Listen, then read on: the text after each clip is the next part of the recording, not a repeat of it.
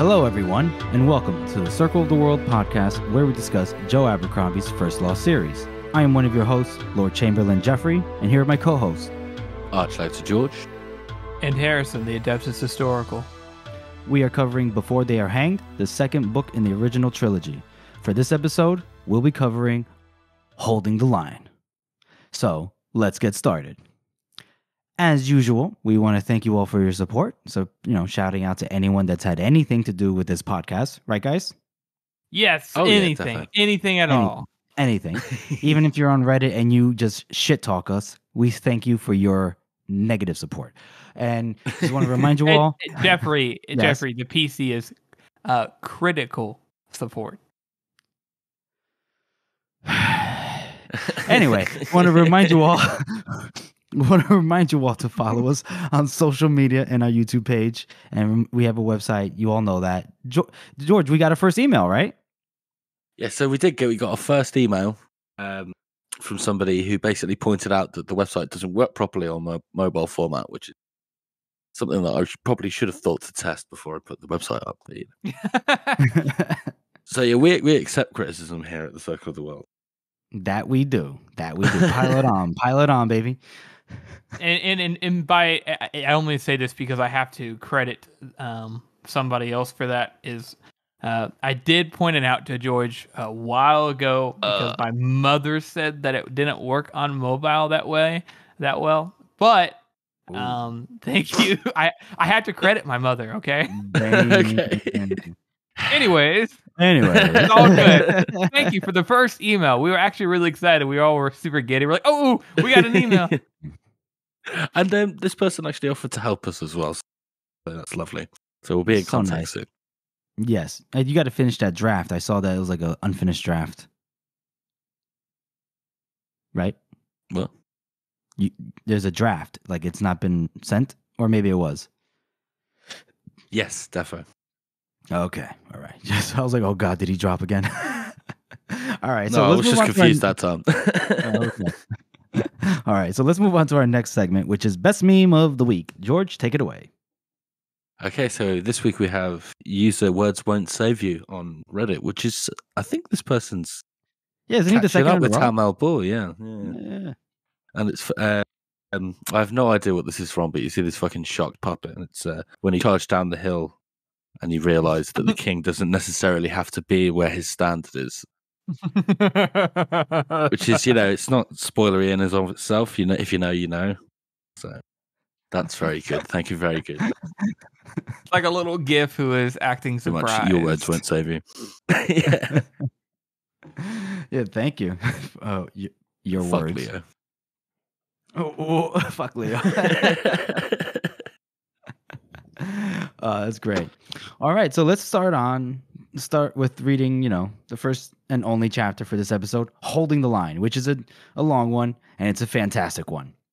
So we start off with West's perspective, and he's out here asking if getting asked by Pike if he slept. West says, "Nope. Did you?"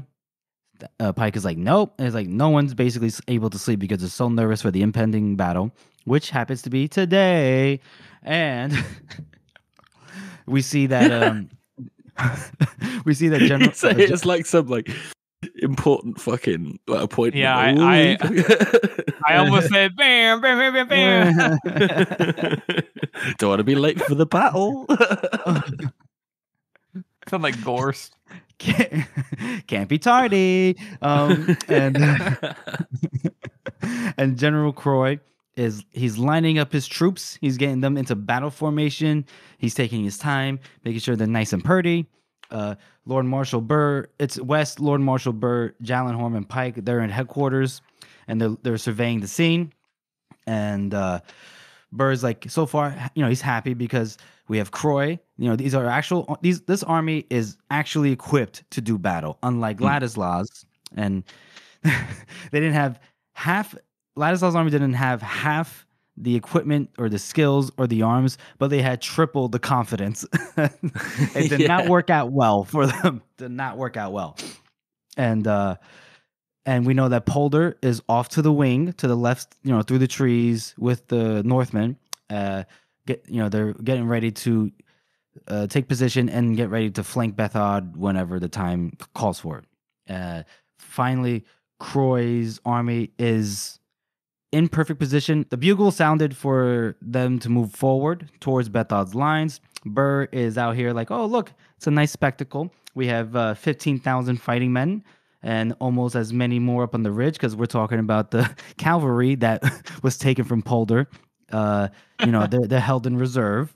Yeah. And then there's another 2,000 there waiting for orders. Harrison, can you clarify this for me? The 2,000 there, that's not the cavalry. That's what, just other reserves? Yeah, that's what it seems like. Okay. They're just hanging back, which they're chilling. You should always have reserves in a battle. Always. Also, I do really like the indication here that between Burr, Polder, and Croy, who are all experienced generals, West is like, he's like, oh, getting PTSD, like, oh god, Bethel's gonna kill us all again. Which I love that. I love that effect that like Bethod has on the survivors. But also, I like how West notices that like they're just so much more organized. Like they're already better off than what Ladislaw's division was. Yeah, and I love how West keeps doing that. He's like, and Burr's like, oh, they're going exactly where we want them to. And he's like, oh, that's exactly what Ladislaw said. Yeah, I would love it if it was like a cartoon. He like looks over, he says that, he looks over, he sees Ladislaw's head. He's like, oh. He's just having Vietnam flashbacks, and the Guns N' Roses is playing in the background. Welcome to the jungle. He's like, oh no.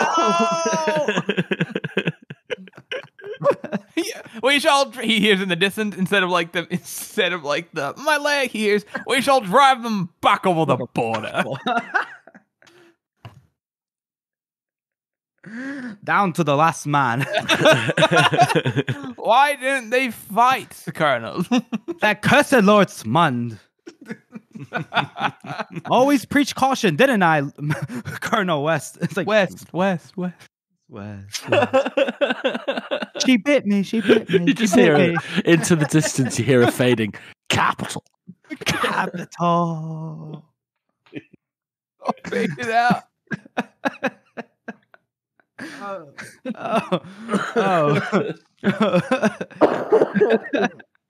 Oh, Ladislaw, what a piece of shit. But man, he's giving us some great moments. Gone but not forgotten. Capital. We got to figure out a way to fit "You're My Man" in here somehow. I don't know, Harrison, if you want to do that now or I have to wait for the opportune moment. Yeah, most opportune moment. Okay, sweet. So, Lord Marshal Burr, as he's counting, well, he's not counting, but he's pretty much, paraphrasing, like, okay, how many men are in this battalion or this regiment or that group, and then the cooks and all that. What do they call the supply train?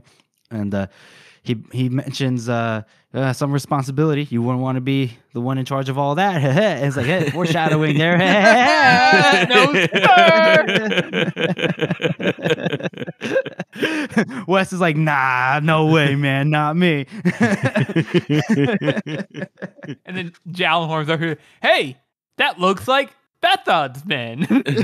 Yeah, and I love how he's like, wait a minute, and he like he shields his eyes. He's like, are those? And then Burr like doesn't even wait. He's like, give me an eyeglass, a telescope, or whatever the fuck you call it. It's a telescope, right? Eyeglass. Yeah, but in American terms, telescope, right? It's a periscope. Periscope. Thank Kaleidoscope. It's a kaleidoscope. Kaleidoscope. It's a kaleidoscope. Wink, wink. You see what you want to see in this one. So No, that's the one that Ladislaw had. Yeah, that was actually the issue. It wasn't his generalship. He was looking through a kaleidoscope. He's like, Smund, hands me my eyeglass. Oh, look at all these colors. Capital. And yeah, they are Bethod's Northmen, and Jallenhorn is there to state the obvious, as always. Love it. And so the thralls are rushing out to meet Croy's army, but they still have there are also the Carls that are in the center, and these are the ones that do not play around. And Yeah, what to be clear, it's kind of like the battle array is that Croy has his King Zone in the center, and then the levies on the wings, and then Bethod basically mirrored his position with his Carls in the center and his thralls on the wings. Yep. And Wes notes that there's no sign of any horse, any cavalry. He's like, oh no, they're somewhere. They're somewhere. So, and then this is where Lord Marshal Burr is like, the trap's set and ready. They're gonna fall right into it. Hey, and then Wes is like, Wes is like, oh boy, I don't know. And then Croy, their men move forward enough into position where they can let loose a volley. The thralls let loose a volley of their own, and then they start charging. They have that nice little battle cry, that eerie battle cry, and then they make contact. And then there's some wavering, there's some shifting, but they're holding firm actually. So they're not wavering, they're waving. But everyone's just silent, and they're just watching the action, and they're like, okay, all right, looks like they're holding. All right. We have the advantage in numbers, even without Polder, so he just, as long as he gets here, it should be A-okay. And then Wes is like, uh-oh. He's like, up there on that ridge, on that mountain, he's like, something's glinting. Oh, fuck. It's Bethod's horsemen. Their horses are right there. So they basically had the same idea. Bethod had the same idea as the Union, but just on the other side, on the other hill.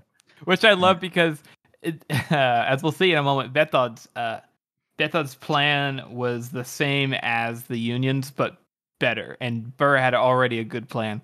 So even matched and with the ground of basically the Union's choosing, the Bethod is still a formidable strategist. Absolutely. Definitely. Yeah. And so Burr wastes no time. He sends some goofball to go to Croy to tell him to get ready, that they're about to get flanked on the right, and don't let them pass. And they're like, okay, so we know Bethod's tricky, and this probably isn't the last trick. We can't allow this to fail. And Wes was like, no, sir. But he was like, don't know what I could do about this, though. So then we cut over to the Dogman's perspective. Now we're back with the dozen, our favorite dozen, which is like what, 4, 5, 6 people? Not really a dozen. Well, it is now. It's like 40 of them now, isn't it? Yeah, you're right. Now it's like 40 plus or so. And they're on the far left flank of Polder's division. And they're creeping through the woods until they get to the spot, I guess, right at the top of the slope, but they're still in the woods.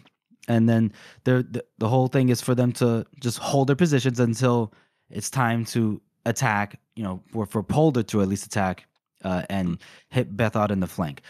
And so they're waiting for the order from Burr.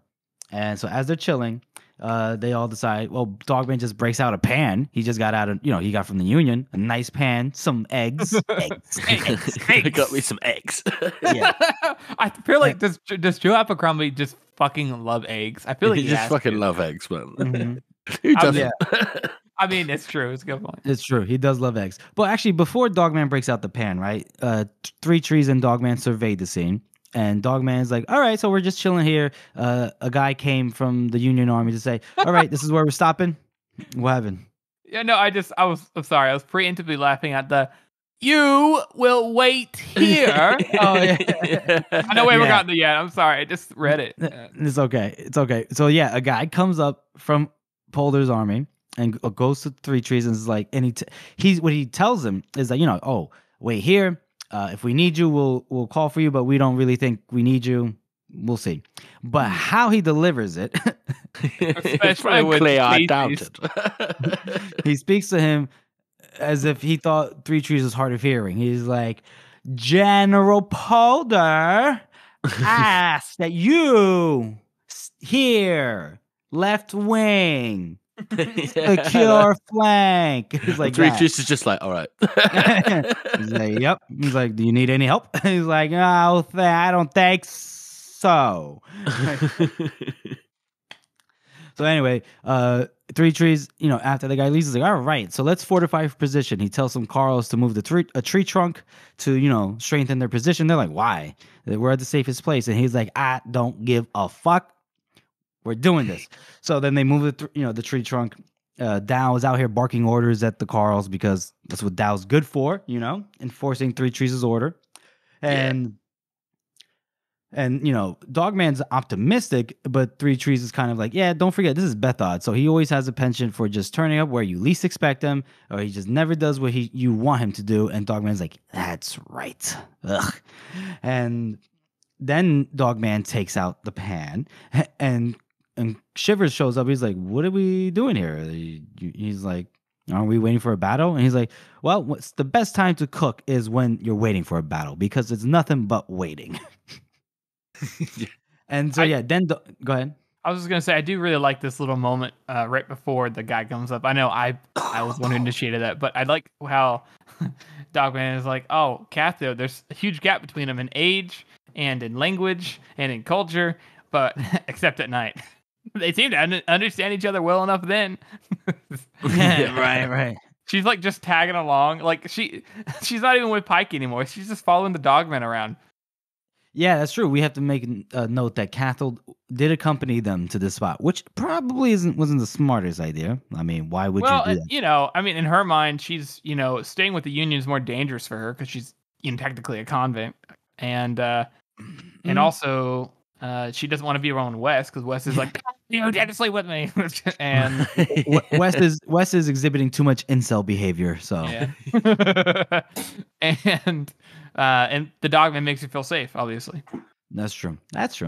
So, Dogman is cooking them eggs, and he's happy. Cathal's like, yay, eggs. And then as he's about to finish the last egg, Dogman catches a whiff of something, and it ain't eggs. He's like, huh, interesting. And so he takes a couple steps forward. He keeps sniffing the air. He's not sure, but something's kind of not right. And then he smells something again. He moves up. Three Trees is coming up on him. Now he's like, all right, what do you smell? And he's like, I don't know. It's probably nothing. And then Three Trees is like, no. Listen to your heart. Listen to your nose. That nose of yours has saved us one a few times before. And it's like, what? Yeah, I guess so. Really? Yeah. And then the Dogman's like, he catches a nice whiff. He's like, Shanka. He's like, fuck. And then as he says that, he's like, oi. And he's like, huh? And he turns around and it's Cathal. And Cathal's like, hey, eggs are done. She had followed them. And then Three Trees is like, everybody get back behind the. And then out of nowhere, we just hear, Fwing, and it's an arrow. It misses Dogman. It hits Cathal. Misses Dogman. Hits Cathal right in the side. And she goes, ah. And she's like, huh. And then she just fell. Dropped the eggs. How dare she drop the eggs? God damn it. And then Dogman's running up and he's trying, he grabs her arms. Three Trees grabs her knees, and they're carrying her, and they carry her across behind the tree trunk as like more arrows are coming down. And then we realize, Shanka are coming up, and they're coming up hard. And then Dow was like, oh yeah, safest place in the battle. Big fucking whoopee doo. He's such a sassy bitch. And then the game, so it's like, okay, now we're getting to battle positions. We're right in the thick of things, right? He's trying to like make sure Cathal's okay. Shivers is yelling to his Carls to get ready, boys. Ready! And then Dogman's like, I gotta go. I'll be back, but you'll be fine. But I gotta go. She's like, no. And he's like, bye. And so he has to leave. What was that, What'd George? you say, George? She's just like, no, that's awful. What an awful situation to be in.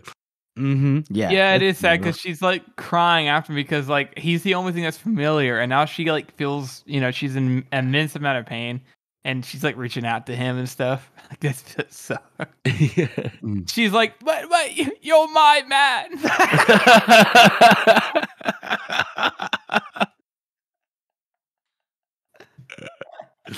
You fucking got it, bro. Oh, good one, Harrison. Good one. And I like it was Cathal who, has a connection with Ladislaw. Love it. Oh my god.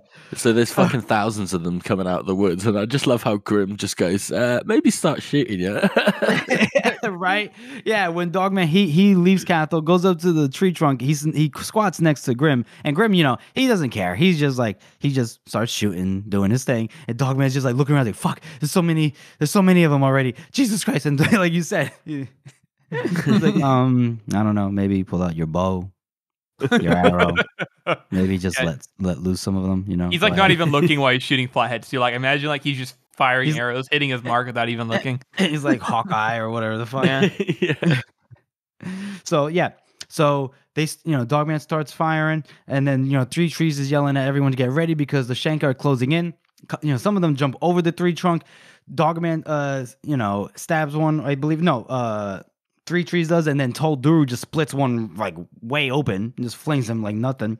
Three Trees takes off the arm of another Shanka. We have Dogman stabbing one in the face. It's crazy. It's chaos. It's mayhem. We have Shivers going pretty badass here, where he wedges a Shanka's boot face against a tree with his boot, smashes his face with the shield, right? Then he knocks another one down with his axe, spraying blood in Dogman's eyes, which can't be nice. And then catches another one in his arms as it jumped over the tree, and they're rolling around in the dirt together. Dogman comes, smashes it in the back of the head with the club, and then for added effect, Shivers just curb stomps the back of his head. It's just wild. Everyone's just going nuts. It's actually super cool. Like this whole like fight scene and like the little build up to it.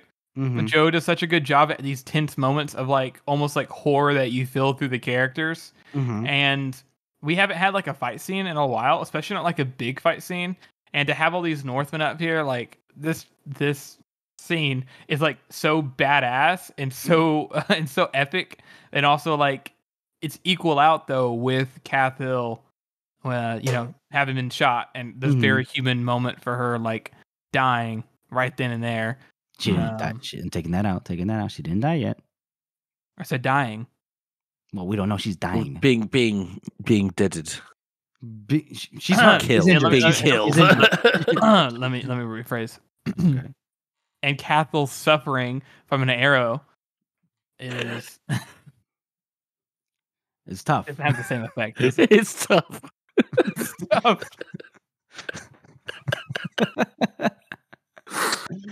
Oh man, that's some rough going there, isn't it?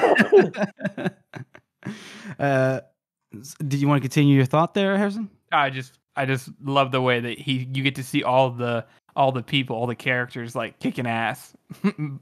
It's like this fucking superhero moment, like when it's all in slow motion and they're all killing Shanka, and it's just like, oh wait, actually, one character's about to die. Shit, this isn't like a triumphant moment. It's like that scene, like the way I always watch this is it's kind of reminds me of the Battle of the Bastards scene in Game of Thrones. And whenever he's like running through, that's a bunch of chaos, but like you're getting to watch some of the main characters do cool shit, so it's kind of awesome at the same time. So I don't know. The way he writes the scene just slaps. It fucking slaps, bro. That's right, Harrison. That's right. No cap, for real. Oh, no cap, for real. Hey, stop culturally appropriating my age group's language. That's true. That is Harrison's age group. Right yeah. Fucking Zoomers. So we go back to the Dogman. He's blinking, trying to wipe the blood out of his eyes. He sees Grim just basically nail a Shanka through his fucking face to a tree with the knife. That's amazing. And we have Toll just beating one to death with his fist. No issue. Dao saves Toll from a Shanka who jumped up in the air, and Dao just cuts his legs out from underneath him. We see a Shanka biting the neck of one Carl. And Dogman stabs him in the back with a spear. We have it's chaos, like you said, Harrison, just chaos. Like Dogman's kind of going from one spot to the other, and there's a Shanka here, a Shanka there. Just get a Shanka getting murdered or a Shanka trying to murder a Carl. It's nuts. And then Dogman turns around and sees a big fucking Shanka, and it's like it's a big one. And Dogman just is like screaming at it. He's like, "Come on!"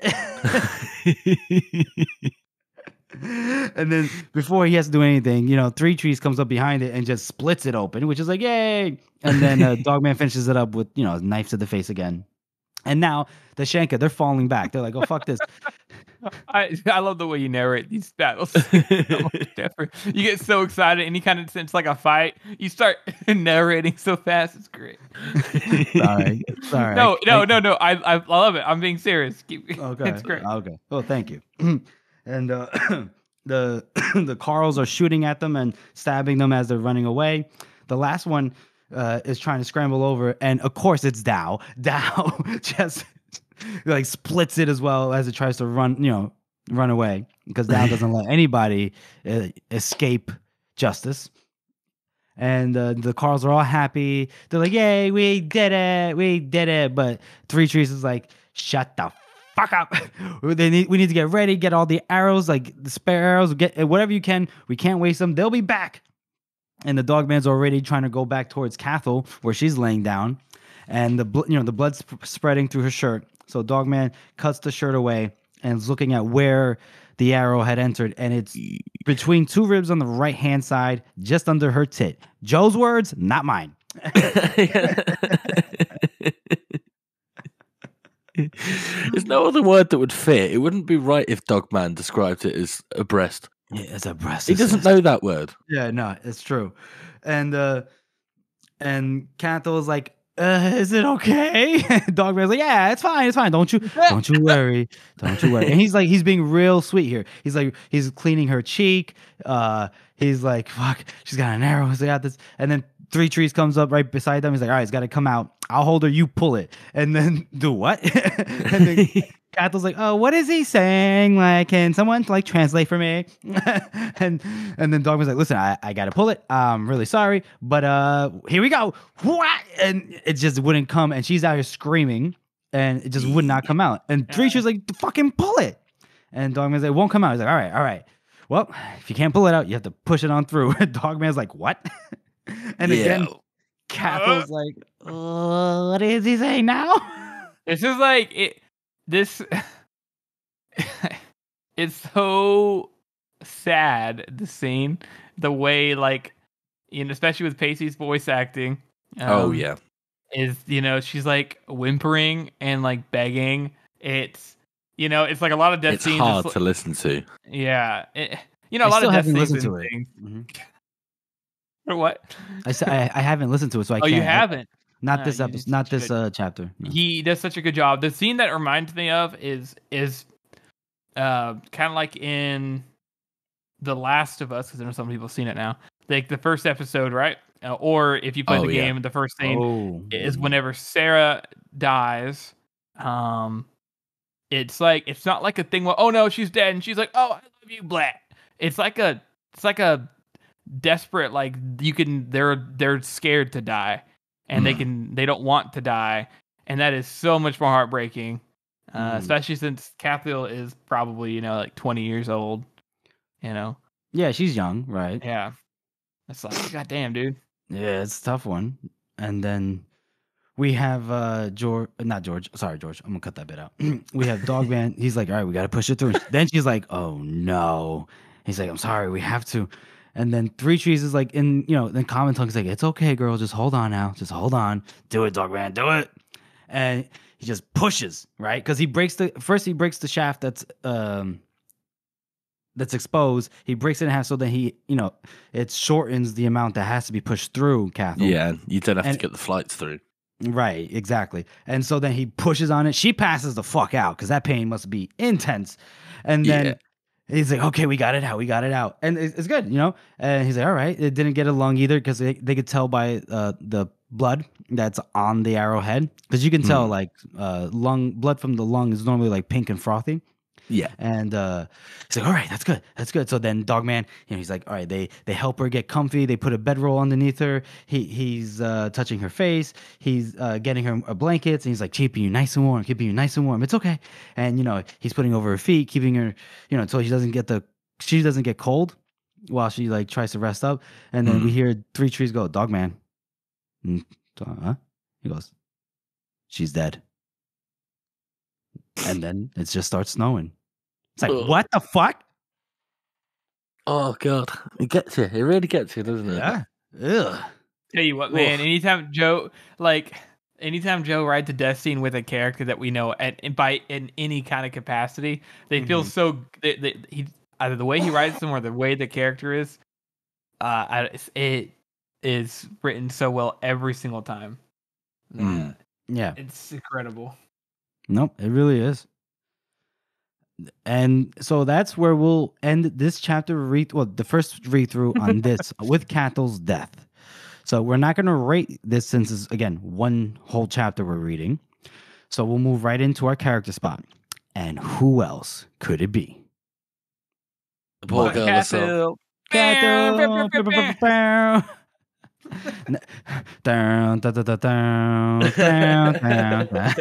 Oh, wrong franchise. Sorry, wrong franchise. So we talked about Cathel a bit before, and she's kind of like you're meant to think that she's like this character trope of, oh no, the young girl saved by the noble man, but really what it is Cathel's a human being who's had to survive a lot, who is probably, or maybe rightly, but definitely more than likely unjustly sent to England, and has had to been treated by men in terrible ways, and she made it through without losing her personality and herself, and she hung on to, and she was able to recognize good men and stick close to them. And whenever she went to be with somebody who she felt safe and comfortable around, and to be by his side, because she ain't no fucking pussy union woman. She's out there like in the front line, smash people's heads in with hammers, saving lives. All right. She lets her guard down for a moment because just to enjoy some eggs, and she gets fucking literally shafted for it. I mean, the eggs bit really, really gets you as well, because it's, I don't know about you guys, but there's always something about people just doing like everyday things, and then something horrible happens to them. It gets you a bit more, doesn't it? Yeah, I didn't think about that, but you're right. Yeah, especially since she just wanted some eggs. When was the last time she even had eggs? Think about that. Yeah, I know. Well, it wasn't that day.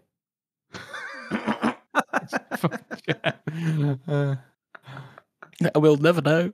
I just love how she does a subversion of the young girl who's saved by the man, and she saved their lives multiple times, and she was not a pushover, and she was damn tough for someone her age. Definitely. I mean, this is like a textbook.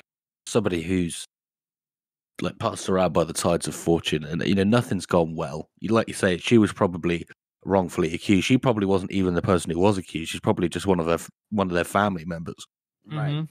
Just sent to a prison camp where the conditions are awful, and then rescued from not rescued, but liberated from the camp, and then it just goes downhill from there. Yeah. And then the second you have this bit of peace and safety, it just goes wrong again. Yeah, I mean, presumably if she survived this battle, it's very likely her and Dogman would have stuck together longer, and she would have just, joined their crew and would have been his woman and stuff, and, got to be free, like so many of the Northmen are, compared to like people, especially women in the Union. No, yeah, it's true. She didn't really get to be free. No. You can be free now, Cathel. God damn it, George. Fly free. Eat eggs. Run with Forley in the fields of happiness. Don't worry, many others will be joining you soon. There'll be plenty of others because the Bloody Nine's still out there. He'll send them plenty. You bastard. So that was our character spot. Rest in peace, Cathel. Hopefully, unfortunately, but hopefully, the final casualty of this book. So now we'll move on over to we'll resume our chapter read through, and we start off with Marshall Burr being pissed. Where the fuck is Polder? He's like, I said to go and wait until we're engaged, not nearly fucking dead. And I imagine this is what I imagine because I know I said something earlier regarding this part of the plan. But was the plan that Polar gets to a point where he can see and then charge on his own accord, or was somebody supposed to come to Polar and be like, "All right, charge now, motherfucker"? Do we know for sure? Presumably, due to how their command structure is, Polar was supposed to charge on his own accord, which is why Burr is pissed off because he was like, he should have charged by now. You know, like what the hell? And that's when he sends the messenger to go figure out what the fuck is going on because he should have already attacked. Because it's interesting because even though Bethod is even a little outnumbered in the field by Croy just by himself in their reserves, Bethod is still beating him, man for man at the very least, and pushing and bowing, pushing the sides inward or the part of the middle inwards, which is kind of crazy. They've got the numbers, which traditionally numbers win, but it just shows how hardened and how trained Bethod's troops are. I mean, you're exactly right, Harrison. We know that Bethod's forces are like much superior. We know that the Union levies are just a bit shit. So when they compared numbers, they're not really taking that into account. So they kind of overestimate their own strength here. Yeah. Okay. And all right, so then let's get back to this part where they're fuming over the fact that we don't see Polar anywhere. And messengers are coming back and forth like, we need reinforcements, we need this and that. And so we do learn that Croy and his men they're hard pressed, right? You know, all that the men that Croy spent so much time carefully aligning into position are fucked up. They're bulging here and there. It's just chaos. It's just now one giant mass. And Burr is like, he's pissed, so he goes back to the tent. He grabs some messenger boy. He's like, "You come here," and he just like starts writing this message like, "Tell Polder that he's to attack immediately." And Cookie Monster. I was gonna say.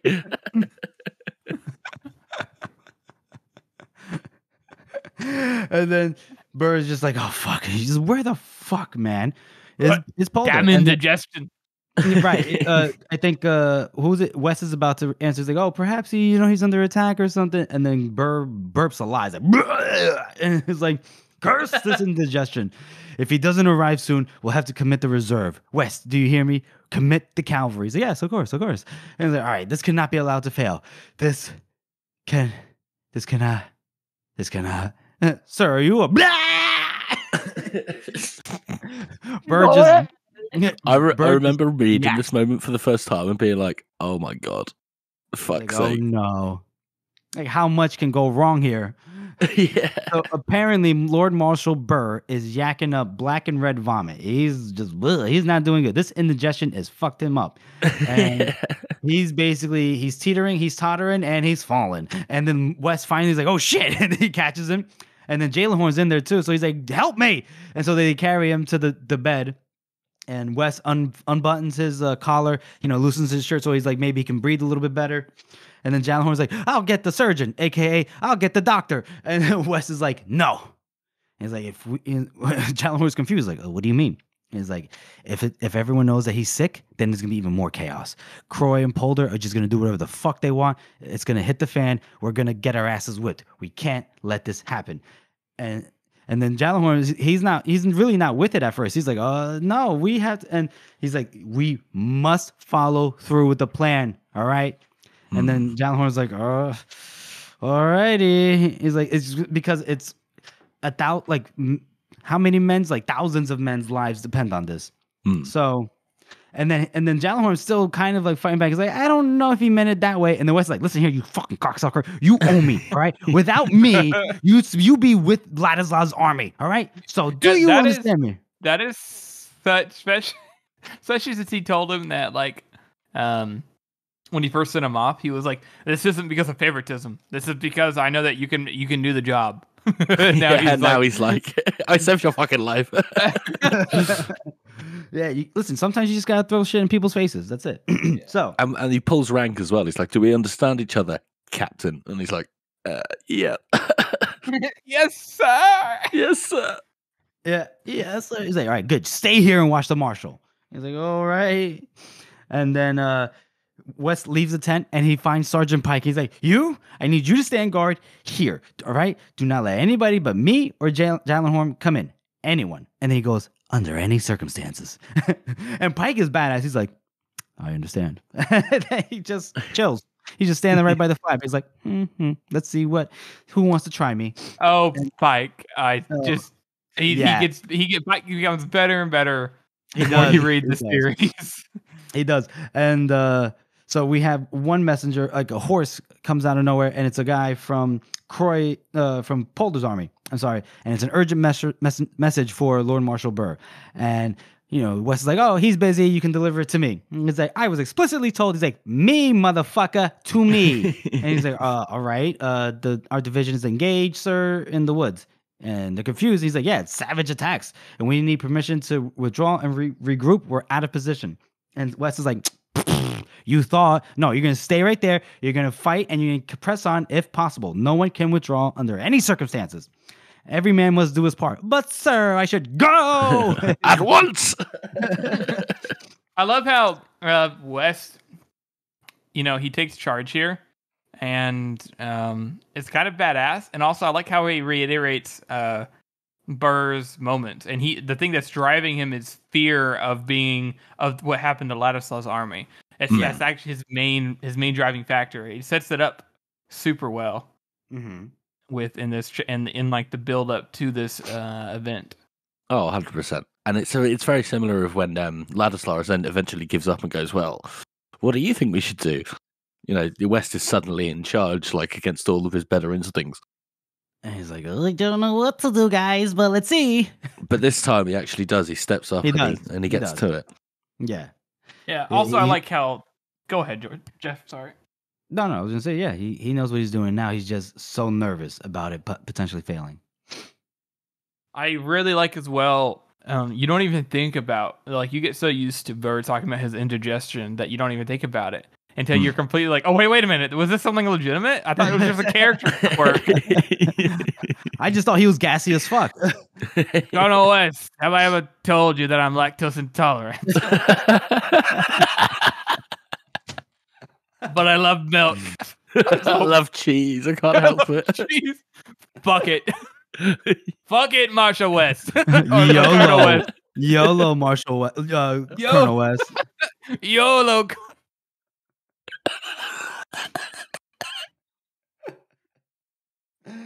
I can't tell if her jokes are getting worse or better. They're primo as always. And so that messenger leaves, right? Goes back to Polder. As he leaves, we get another one, and it isn't just a regular messenger. It is Colonel Felnig, and that's Croy's chief of staff. This is not going to be so easy to do. And he's like, Colonel West, our division is fiercely engaged all across the line, and now cavalry has appeared on our right wing. A charge by cavalry against a regiment of levies? Without support, they won't hold long, and if they break, our flank will be up in the air. It could be the end. Where the hell is Polder? This guy is such a dickhead. I hate this motherfucker. And this is not the last time we see him. I don't care if it's a spoiler. This is not the last time we see this twit. Yeah, right. And then Wes is trying. He's like, General Polder has come under attack himself. However, I will commit the reserves immediately. And Felning's like, not good enough. I must speak to him. Lord Marshal Burr. He brushes past him and he goes towards the tent. And then Pike just kind of steps up in front of him. He's like, the Marshal. It's busy. It's like, whoa. He's like, okay, monster. Oh, busy. I see. Well, yeah. He's like, yeah. He's like, the reserves will be committed. You say? He's like, immediately. Okay, then. And then I'll just tell General. This is highly irregular. Highly irregular. Felt like probably rides back running over his own levies, He's like, fuck this, I'm out. You see what I did there? Yeah, riding over the levies.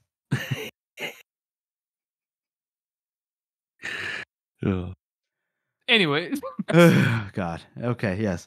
And so then West tells this other messenger that he, to send the reserve into action on the right wing. They must charge Bethod's cavalry and drive them off, and do it.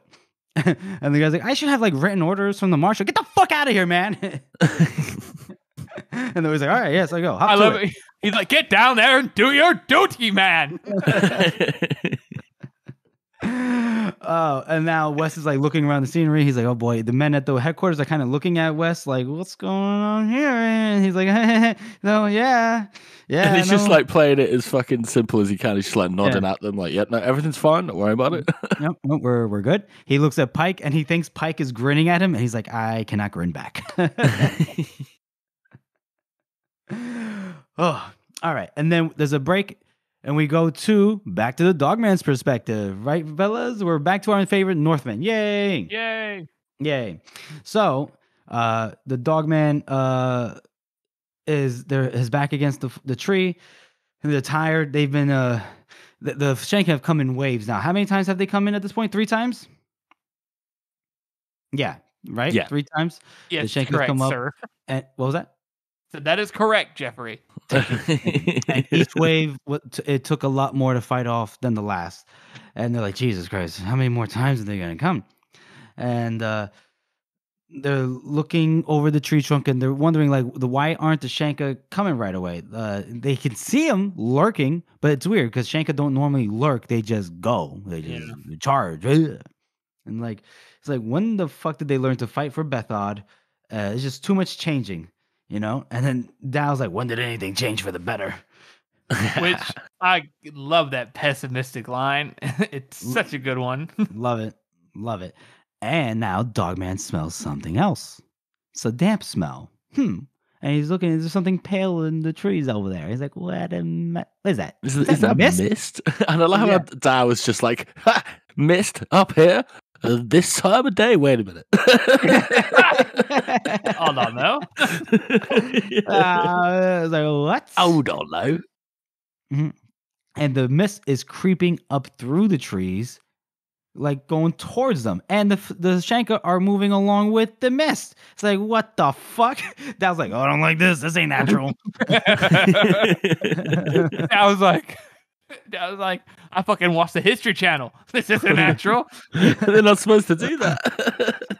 And then we hear 3 trees. His voice, his calming voice is like, steady boys, steady, steady. But then we hear shivers. Yeah. And then we hear shivers, and he's like, no. And then Dogman's the hairs on his arms and his neck, he's getting goosebumps. He's like, what's going on? And then Shiver's like, it's him. It's him. It's the field. Who? And then they don't even name him yet. They just see a shadow, and it's too tall, it's too straight, and it's too tall and too straight for a Shanka. It's a giant man, big as tall. Wait, bigger even, a giant. And then Dogman has to rub his eyes like, wait a minute, what the fuck? And he's looking at it, and it's just like, and as the giant got closer, the worse the fear that Dogman was feeling. And this is a nice little part where it's like, Dogman says he's been all over the north, but he has never seen something so strange and unnatural as this giant. One half of him was covered in great plates of black armor, studded and bolted, all that jazz. The other half of him was mostly just bare-ass naked, except for the straps and belts that held the armor on. Yeah, was everything split in half? Yeah, basically, literally split in half. He had a mask on his face, a mask of scarred black iron, and his skin was painted with tiny blue letters. He's like, what the fuck? And then 3 trees is like, steady boys, steady. And then we have a car go, it's him. It's the fear. And it's like, now we know who they're talking about. And we met him, ladies and gentlemen. Angler!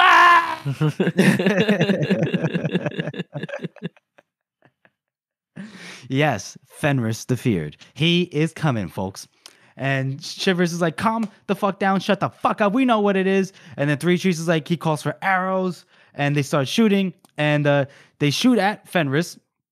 Dogman's arrow pings off the armor. Grim shot him right in the side, into his painted flesh, and Fenris didn't even really seem to clock it. Okay. And then more arrows from the Carls, and he's getting hit. You know, he's getting hit, but he doesn't give a shit. He's still just walking. It's like, okay. And even Grim's like, fuck. Yeah, I love that they have him, that he makes sure that he notes that Grim, who is like doesn't give a shit about anything and all calm and chill all the time, is like, oh god, we're fucked. and then one of the one of the Carls are freaking out. They're like, "It's a devil from hell!" And they're like, "Oh God!" And Three Trees is like, "Fuck this!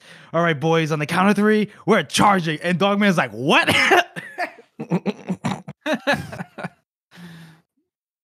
It is a very good moment here for Three Trees because it shows his leadership because he already knows like his boys, as he states here, if either they're gonna run or they're gonna charge. They can't do both. They have to charge down, otherwise the fear is gonna overwhelm them as they're already like wavering.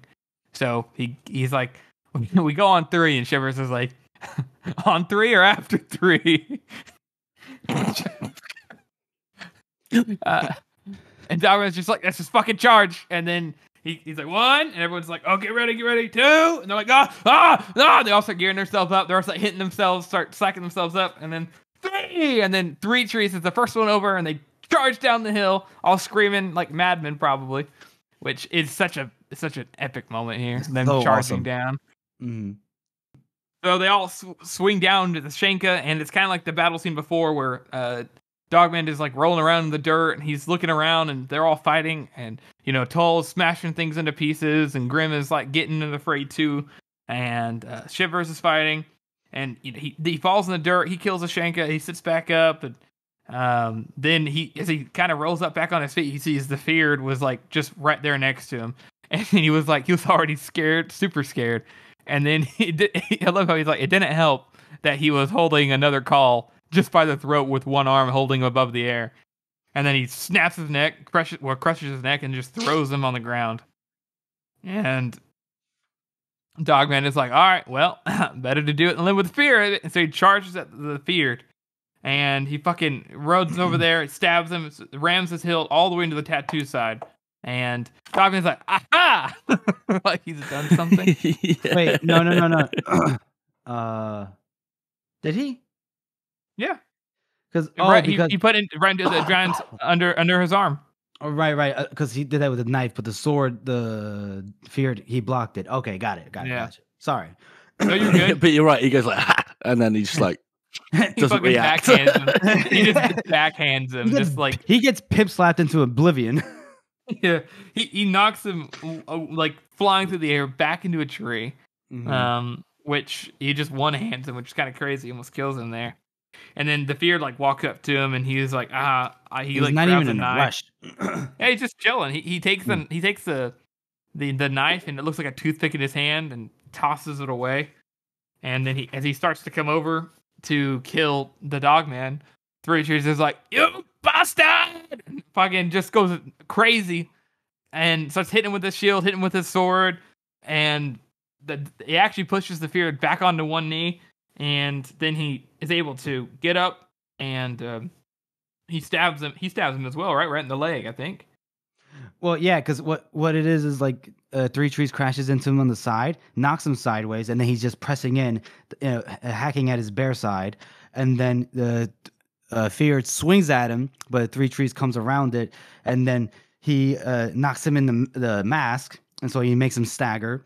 And then, blood spattered from the Feared's mouth, and then Three Trees just pressing in quick.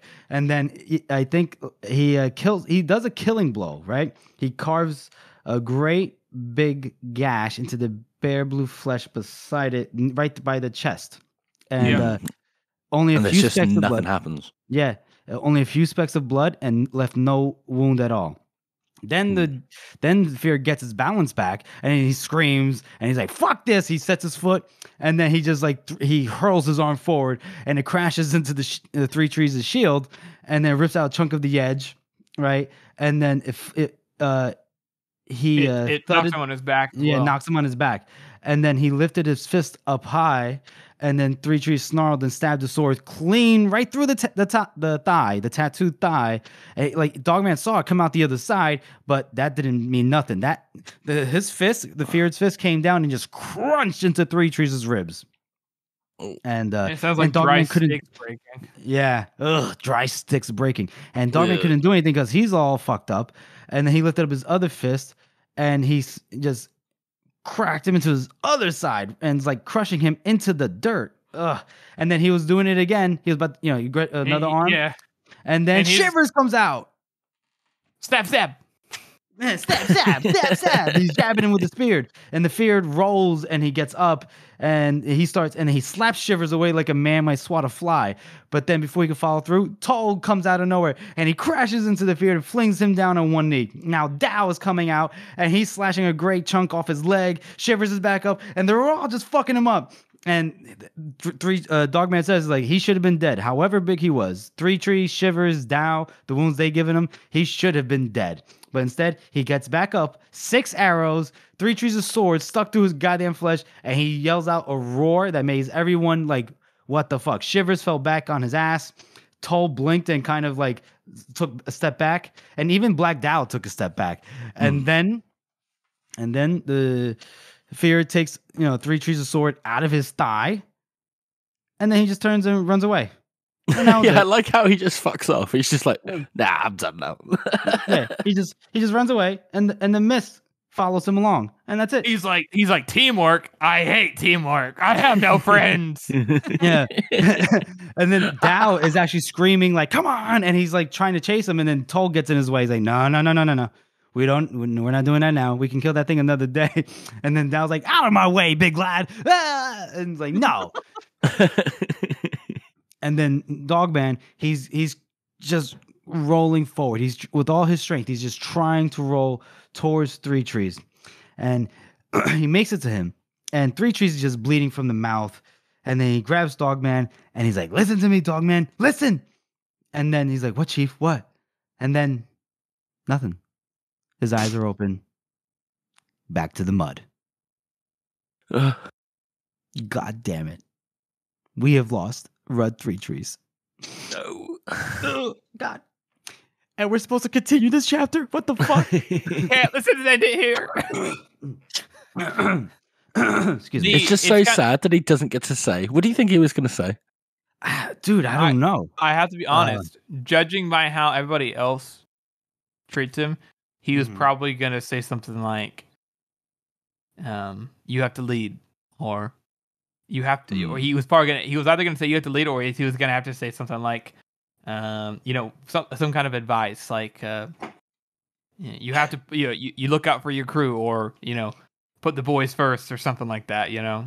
I feel like separate the blacks and whites from the colors. Yeah, he fucking says, stop it, finish the eggs, they're still good. 3-second rule. He's probably like, steaks should be medium rare, never well done. He was like, hey, he leans up and he was like, was Cathville a good fuck? It's fucking. It's like. That's it. We've ruined it. We've ruined the moment. Damn, George. Way to go. Let's kill us. Way to go. And the person that said back to the mud was Grim. Now, we cut back to West's perspective. Just dumping whoa. death at 3 Character trees. spot. No, it's the end of the chapter. Oh, you want to put that at the end? Okay. Yeah, right? Sweet. Yeah, because remember, that's why it's so short, this part next going forward, I think. Yeah. All right. So now we cut to West's perspective. We end he just dumps 3 trees' death on us like a sack of shit, and now we got to deal with West's perspective. And he's nervous because he's watching General Croy and his staff riding up the road, and I'm assuming the battle at this point is done, right, guys? It seems that way, definitely. It seems like it's wrapping up at least. Yeah, and he's nervous because he's like, "Oh shit! Whatever borrowed time I had, it's almost done." And he wanted to like run. He's like, "Fuck this! Maybe I could run. And he's like, he wanted to like laugh and giggle. It's just weird, but I get that. It's like that real nervous feeling of like, "Oh, the jig is up, right?" And he's like, "It's game over, man. It's game over." It's like, okay, Bill Paxton, and now General Croy, he pulls up on his horse, and he climbs down, and he's like. He doesn't even say anything, and he just starts walking towards the tent. And Wes is like, "General Croy, well done. Your divisions fought with great tenacity." And he's like, "Of course they did." Colonel West. And he's like, might I? And then he's like, might I ask our situation? And then Croy's like, our situation? But our situation is that the Northmen are driven off, but not routed. We gave them a mauling in the end, but my units were fought out every man, too wary to pursue. The enemy have been able to withdraw across the fords, thanks to Polder's cowardice. I mean to see him cashiered in disgrace. Never heard that before. I mean to see him hanged for treason. He's pissed. He's like, where is Lord Marshal? I demand to see Lord Marshal. And then West is like, of course, if you could just give me. And then at that point, guess who comes up? Fucking General Polder. He comes up with a fucking cart, and now it's got like a little boo-boo. He's got a boo-boo. Yeah, he's got a tiny scratch on his face. Yeah, he's got, like, his face is red and shit. And then Croy's like, Polder, you got some nerve. It's like the only nerve you've shown all damn day. And then Polder's like, how dare you? I demand an apology. Apologize? Me? You should be the one saying, sorry, sir. The plan was for you to come in from the left wing. We were hard pressed for more than 2 hours. And then one of Croy's homies was like, almost 3 hours, actually. 3 hours, damn it. If that is not cowardice, then I fumble for the definition. And then Polder loses his shit. He's like, cowardice? I had to lead a charge myself. Yeah, he's like, you will apologize to me immediately. We had a brutal sustained attack upon our flank. I had to charge. Yeah, he's like, I had to charge myself on foot. And he's like, an attack for what? Animals in the forest? Ah, exactly so. They bring it out, and it's like, what the fuck? What the fuck is that? And then they just like, they dump a Shanka, and everyone's just like, what? I love that. The description, it's just completely by itself. Plainly, it was not human. And Polder's like, there, now tell me my division didn't fight. There were hundreds of these things out there. Thousands, and they fight like mad things. My favorite part of this exchange is he's like, I demand, he throffed. I demand, he ranted. I demand, he shrieked.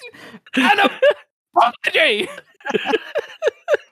It's so ridiculous. My favorite part is like, he's just, Croy's confused and angry and like, and just frustrated, and he's just like, I demand to see Marshal Burr. And then Polder's like, as do I. And then West is like, the Lord Marshal is, he is. He's like, oh, that's it. And then we just hear, I am here. He freaking sound like Jesus Christ. And then Lord Marshal Burr is standing in the entrance of the tent, and it was very obvious that he was sick.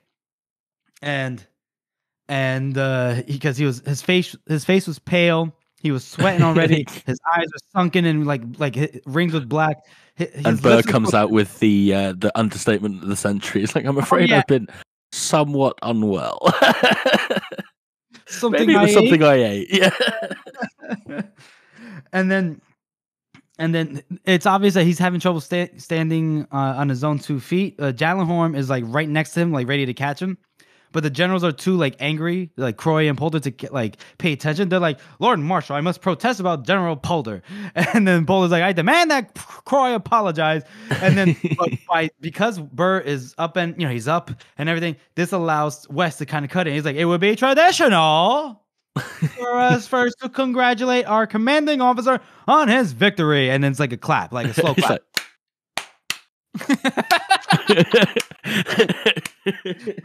Pike and Jallenhorn joined without delay, and then Polder and Croy, they kind of like glared at each other, and then they like they're like, and then they're both like, may I congratulate? No, may I be the very first. And then cheer for the Lord Marshal. Woo!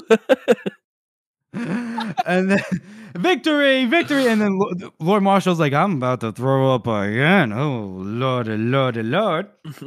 And then they start like, and then we can hear like West hears Polder and Croy bickering again. Like, we should move on Dunbrack. Foolishness. We need to surround the walls and prepare for a lengthy blah blah. Nah, my division could carry the place tomorrow. Blah blah blah. And then West is just like, oh my god. It all starts again. Stagecraft is my particular. He just sits down. in the snow, hugs his knees, the way he used to do when he was a child and his father was angry, and he looks down the valley and he sees that men are already starting to dig graves. And that, Oof. ladies and gentlemen, is when we come to the end of our chapter, Holding the Line.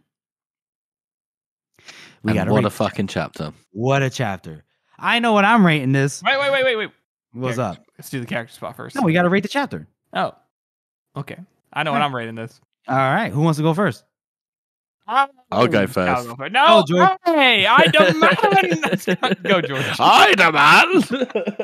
It might be prudent to let our arch lector go first and congratulate him. Yeah, 9 out of 9. Let's go. 9 out of 9. 100%. Babe. 9 out of fucking 9.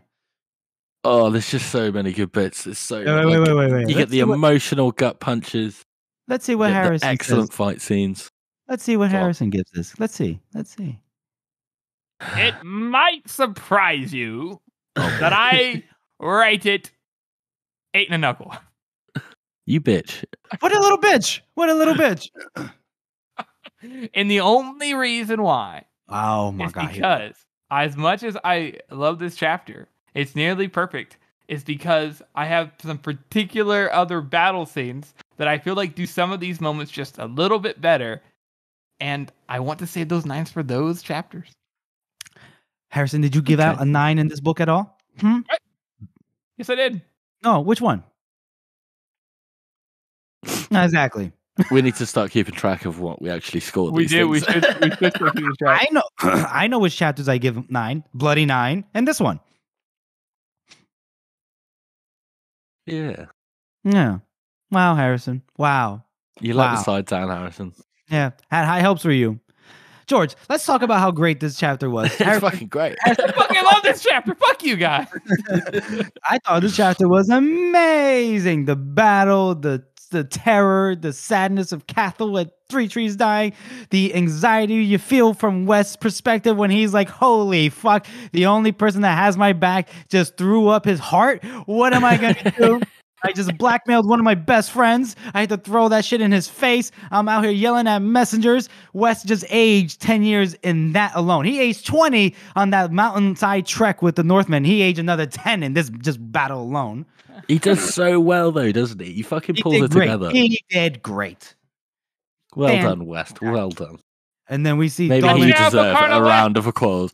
Ignore Harrison. And then we have Dogman being so nervous, and then like he just Cathal dying in his arms, but he was trying to like console her so sweetly, and then just the exhaustion of like fighting off the Shanka over and over and over again.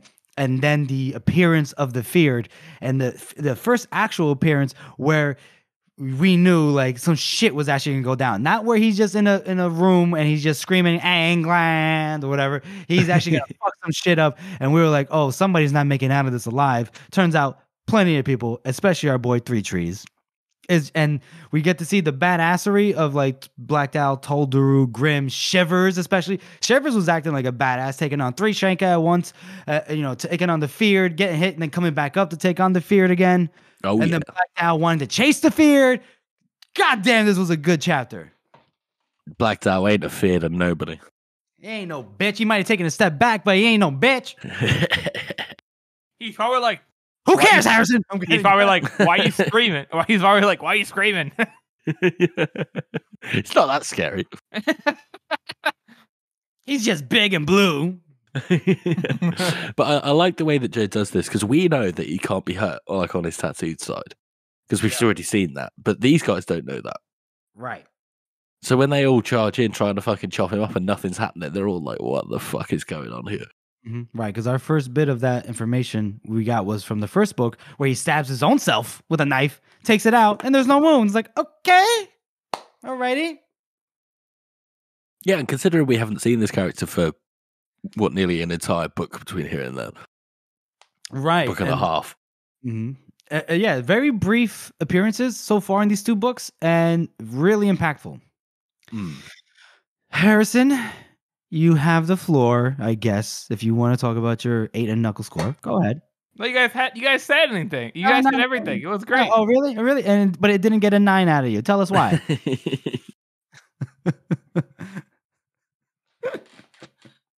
I have to be antagonistic to you. I just have to be. Come on. Because there are other fight scenes in other books that I just think are better. The actual battle side of it is like lacking in terms of like right. what we see about right the troops and that. Right, the battle itself, yes, sure. We don't get much description of the battle as a whole. That's it. That's right there. It's because there are other chapters and other books that have an emotional core, amazing part, and also do the battle part. It doesn't mean that this chapter's bad, Jeffrey. Eight and Knuckle is basically perfect. It's not perfect enough in your opinion to warrant another Knuckle, apparently. So exactly, it lacks the Knuckle due to the battle description lacklusterness. Oh my God, English 101, man. English 101. I know you're bro. Hey, bro, I was homeschooled. Come on, man, take it easy. Who's your teacher? Oh, right, your mother. Give me her number. I'm gonna talk to her about what she. What the fuck was that? I'm sorry. Oh Lord. All right. Well, but is there anything that we didn't say, Harrison, that you want to kind of point out? No, I think you guys pointed everything. I do. The only note that I would have for me is it wasn't until this read through that I realized that on the second punch with the Feared's glove, like his metal side, his fist punching 3 trees, that it came back bloody, which it's a fist. Yeah, that's pretty horrific. Yeah. He fucking just caved his side in, basically. Like, that's goddamn. No wonder the old boy died, you know? Which leads us into our, like George said, our second character spot. Because we didn't do a character interaction segment, and there's 2 characters in here that both die and are both good characters and are both in the battle, and we can't leave either one of them out. So they said, "Fuck it, let's just do 3 trees as a second character spot." And what a man! What a man! Fucking man! What a man! The Rock of Earthrith. Oh he fought against Bethod. He fought with Bethod. He fought with the Bloody Nine after he fought him in a duel. He was fucking. Go ahead. Hit me. A straight edge, as they say. Oh. Best man in the entire North. If you were to follow a man, it'd be Red 3 Trees. Preach, brother. He should have been king. Red 3 Trees, king of the North. Can you imagine? It's the good ending. Actually, we can imagine. We can, because we did a video. check out our YouTube page. Wink, wink. A shameless plug. Wink, wink. Yeah, no, dude. Oh man, Red 3 Trees. When he died, I was like, oh. This is when I realized, like when Forley died, I was like, damn, that sucks. But I was like, but you know, as much as we love Forley, we love him now in hindsight. But when 3 Trees died, I was like, oh no. Oh, Joe's going to be... He's doing the whole George Martin thing where we just kills off people we like. All right. And you especially feel it with 3 Trees, you know, being the leader of the gang. Yeah. And he's like extremely moral. But, you know, he's very tough. He's very like, you know, the typical northern fucking strong dude. But he also has a heart. And he also very like sympathetic with people. So, you know. Yeah, he's like everything... And everybody says it too. He's everything that a Northman should be. He's strong and loving. He's a leader, but he's also takes the time for the little moments. He's endured a lot, but hasn't let that overtake him like so many other people have. I mean, fucking, it's basic. It's straight up said that basically his daughter was raped, and you know his daughter was raped. There's no mention of his wife. There's no mention of a woman. And presumably they're dead too. His family is his crew, and he does everything to protect them. But he also doesn't let fucking bullies like Bethod do what he wants. He's always stood up to bullies. He stood up to Bethod. He fought the Bloody Nine. He didn't lose any of himself for his entire life, basically. I mean, no. Yeah, even when he had to follow Bethod and the Bloody Nine, because, you know, by northern tradition, you lose in a duel and he spares you, you fight for him now. Logan made him his second in command, right? and it lended an air of credibility and respect in addition to the complete fear of Logan's crew. But like once they're like, oh, 3 trees is Logan, okay, maybe there is a chance that with 3 trees Logan could be tamped down, not controlled, but 3 trees lends that air, that aura of respect, of like honor, credibility. and credibility. And he believes in doing things the right way. So even though he hates Bethod, he probably didn't like Logan in the beginning. Maybe came around to respect him, whatever. He was like, well, I lost, and so this is what I got to do. I'm gonna go through with it, but I'm not gonna cheat. I'm not gonna stab somebody in the back. This man was honorable through and through. Tried to spare his men where he can. And if had to put them in danger, try to put them in the best position possible to minimize as much casualties as you can. It's hard enough to find a man like 3 trees in our soft real life today. Yeah. And for there to be somebody like that in the conditions of those of the Northmen, savages. What a man! What a man! Admirable. Man. You think we sucked his dick enough?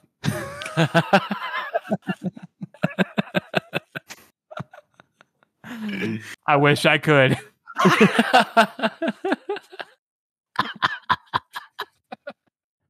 That's our show, everyone. We want to thank you all for listening and supporting this podcast.